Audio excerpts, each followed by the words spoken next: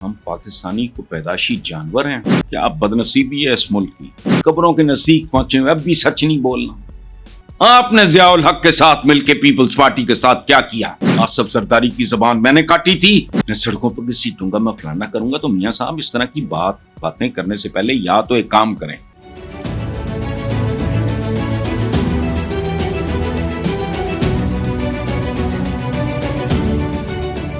السلام علیکم ویورز. اللہ پاک آپ کو اور ہم سب کے وطن کو سلامت رکھے، اسے مضبوط بنائے، اسے باعزت بنائے. اس ملک کے لوگوں کو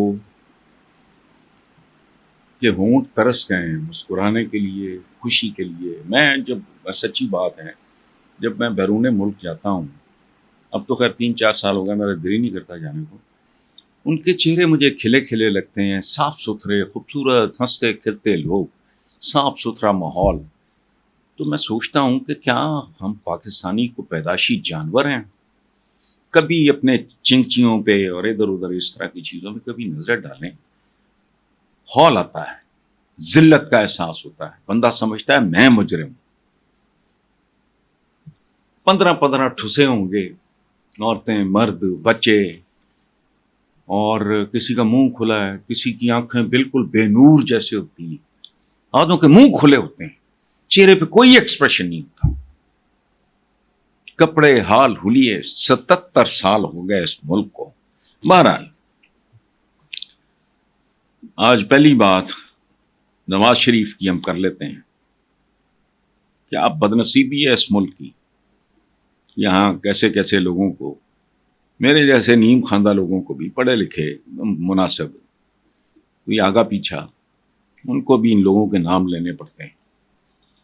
نواز شریف نے کہا ہے کہ عمران خان نے اپنے دور میں ملک کے لیے کیا کام کیا ہے جو لوگ ان کے لیے باہر نکلیں گے. عمران خان نے جنرل باجوہ اور فیض حمید کے ساتھ مل کے ہمارے خلاف کیا کچھ نہیں کیا. ہم نے بدترین ظلم برداشت کیا. اور بات سن بندہ خدا،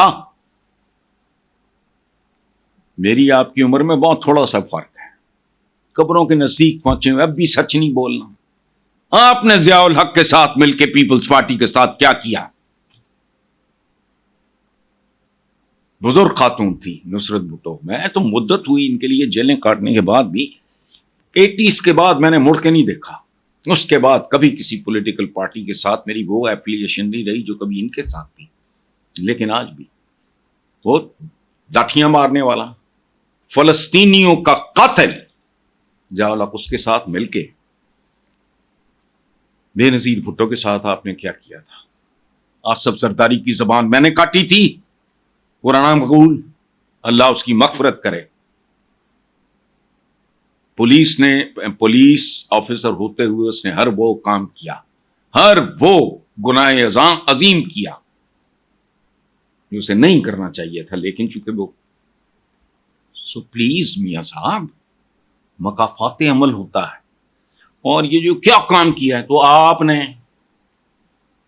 یہ ملک، آپ اور پیپلز پارٹی نے یہاں پہنچایا ہے، بٹ بیسیکلی آپ نے 3 بار آپ وزیر اعظم رہے، دوسری دفعہ پائی وزیر اعظم ہے. پنجاب دے تسی مگر چڑھے دی جان نہیں چھوٹ رہی. کدی بھتیجا، کدی بھتیجی، تو کدی فلانا، تو کدی ٹمکانا. باقی رشتہ دار بلال یاسین وغیرہ ان کی تعداد ہی کوئی نہیں گنتا. یا وہ کلاس فیلوز پرانے خواجہ آصف جیسے، لاک سٹاک اینڈ بیرل، جوتوں سمیت. پنجاب کے سر پہ خدا کا واسطہ آپ نے کیا دیا ہے؟ اس کو تو جو وقت ملا ہے، اس نے تو آپ سے انہیرٹ کیا تھا سارا کچھ. اور ایک بات آپ کو بتا دوں، آپ کی صاحبزادی چیف منسٹر پنجاب میں نکلوائیں 1 سال 2 مہینے ہوئے تھے جب میں نے پی ٹی آئی کے بارے میں لکھا تھا کہ لعنت ہو مجھ پہ، جو میں ان کو سپورٹ کرتا رہا ہوں، جن کو چیزیں کوئی سمجھ نہیں آ رہی. میں نے کہا لکھا ہے، کالم جنگ جیسے اخبار میں شائع ہوا تھا. اس پہ روب کلاسرا جیسے، جاوید چودھری جیسے لوگوں نے کہا، حیرت کا اظہار کیا کہ یہ واقعی پھر بہت اچھا، میں جھوٹ نہیں بولتا. میں نالائق ہو سکتا ہوں، کم عقل ہو سکتا ہوں، میری انفارمیشن غلط ہو سکتی ہے، میرا اندازہ غلط ہو سکتا ہے. میں اپنے کام میں جھوٹ اگر جان بوجھ کے بولوں تو میں اسے گناہ کبیرہ سمجھتا ہوں. میں ایک آئیڈیلسٹ آدمی ہوں، مثالیت پسند، آپ کے سرپرست مجید نظامی صاحب نے لکھا ہے کہ یہ آدمی بہت مقبول ہے، بہت پاپولر ہے ایز اے کالمسٹ، لیکن یہ ایک مثالیت پسند آدمی۔ تو آپ نے جو کچھ کیا اس ملک کے ساتھ، سپریم کورٹ، کیا کیا آپ نے؟ چانگے مانگے، پٹواری، نائب۔ میں نے خود ماڈل ٹاؤن میں رہتا تھا حضور، میں ان دنوں آپ نے جو چمچے خرچے بھرتی کرائے تھے سیالہ میں، انہوں نے ٹریننگ لینے سے انکار کر دیا 2-4 ہفتوں کے بعد۔ وہ ڈالوں شالوں پہ بیٹھ کے آپ کے ماڈل ٹاؤن والے گھر آ گئے۔ اس وقت جاتی عمرہ بھی نہیں تھا کہ ہم نے نہیں کرنی ٹریننگ۔ آپ نے ان کو پوسٹ جرائم پیشہ۔ دیکھیں، ایک آئی جی تھے پنجاب کے، عباس خان، ویری ہینڈسم مین، ڈیتھ ہو گئی ان کی۔ انہوں نے آپ پہ ایک رپورٹ چھاپی تھی بطور آئی جی کہ آپ نے کن کن لوگوں کو کہاں کہاں بھرتی کیا۔ تو سارا کچھ یہ کرنے کے بعد آج آپ کہتے ہیں ظلم برداشت کیے۔ اچھا، ظلم کیا ہے؟ کل یہی بات عمران خان کہے گا صاحب برابر بھٹو کے ساتھ ظلم ہوا، آپ کے ساتھ اس سے بڑا ظلم ہوا ہے۔ سپریم کورٹ نے اپنا تھوکا ہوا چاٹ لیا، وہ جوڈیشل مرڈر کہتے ہیں اسے۔ آپ بھٹو کے بارے میں کیا زبان استعمال کرتے رہے؟ میں جملے کوٹ کر دوں گا تنگ آ کے، 2 کوٹھوں کی طرف اشارہ کر کے، کس نے کیا کہا تھا؟ یا بڑا کوٹھا کے دلی تھے، چھوٹا کوٹھا کے دلی۔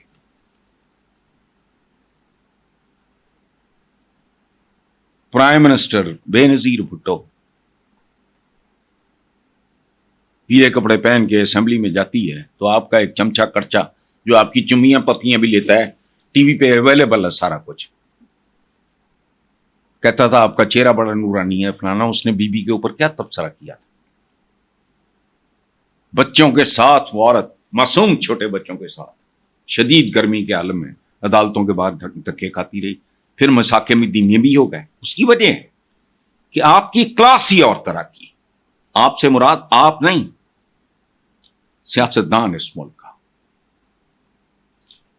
وہی بھائی وہ سلام کرنے جاتا ہے پریزیڈنٹ ہاؤس، وہی زرداری، میں سڑکوں پہ گھسیٹوں گا، میں فلانا کروں گا۔ تو میاں صاحب اس طرح کی باتیں کرنے سے پہلے یا تو ایک کام کریں، میں آپ کے ساتھ اپنے گناہوں اور غلطیوں پہ ندامت کا اظہار کریں اور قوم سے معافی مانگیں۔ وہ کل تک انہی جرنیلوں کے بارے میں آپ کیا کہتے رہے؟ اور فیض حمید صاحب کو میں یہ فیض حمید کہہ رہا ہوں، یہ جنرل باجوہ کو میرا چوائس تھا۔ پرویز مشرف صاحب کو کون لایا؟ میرا چوائس تھا۔ انہوں نے کہا یا تو اردو سپیکنگ ہے وغیرہ وغیرہ، آگا پیچھا کوئی۔ یہ بھائی آپ لوگ میرٹ شیرٹ پامال کر کے پنجاب کا کلچر، پہلی دفعہ آپ کے آنے کے بعد میں نے لفافہ جرنلزم کی اصطلاح سنی اور لوگوں سے یہ سنا کہ جو بکاؤ تھے ان کو آپ نے پلاٹس بانٹے۔ ان میں سے کسی نے کہا، کوئی ہوگا بیچارہ ماتڑ، کہ جی میں پلاٹ لے کے کی کرنا، میرے کو تو ٹکا نہیں۔ تو آپ نے پھر ایک نیا ٹرینڈ انٹروڈیوس کرایا۔ کیا تھا وہ؟